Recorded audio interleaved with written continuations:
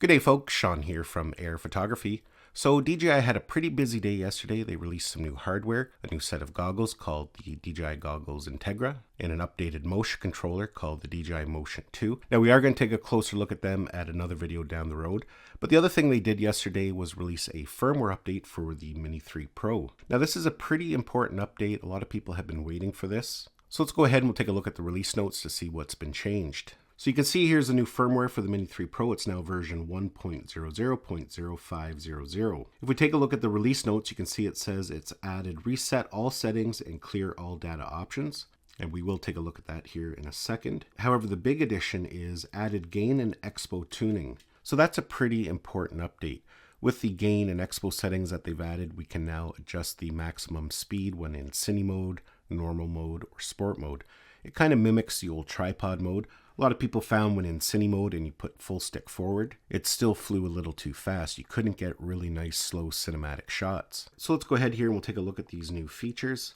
If we go over to the About section in the settings and we go all the way to the bottom, you can see we now have two options here. Reset all settings and clear all data. So the reset all settings is going to put the controller basically back to factory, like all the settings for the Mini 3 Pro back to what it was initially. So that can be a handy tool, especially if you're new and you've made some changes and you don't know what you've done.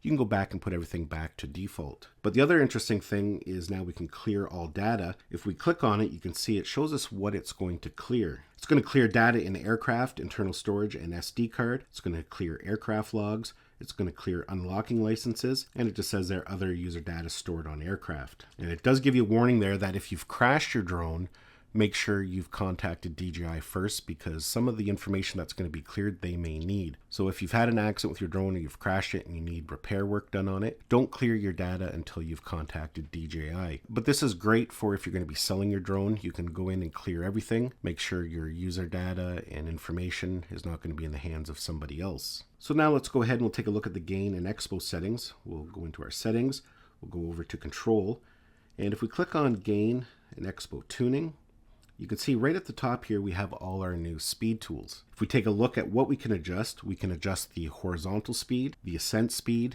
and the descent speed. So if you want to raise the altitude of your drone a lot slower or decrease it, you're able to fine tune that. But the important one that a lot of people make use of is the horizontal speed. That's how fast it'll fly forward and backward. It'll allow you just to get in there and slow it down if you do want some really nice cinematic slow shots. We can go all the way down to 3.6 kilometers per hour. So that can be an important setting for some people. Now they did add another setting in here, and that's called brake sensitivity. Basically, if you're flying full stick forward and you let go of the stick to put it back in the center, the brake sensitivity will take how long it takes for the drone to come to a complete stop. That can help alleviate some jerky movements. Now this video is just more of a heads up taking a look at it. I am actually heading out in about an hour, maybe 2 hours, to go do a test flight to test out these new features. So I will be uploading a test flight of the new firmware and the new Fly app, hopefully tomorrow morning. Now just a little bit more information here.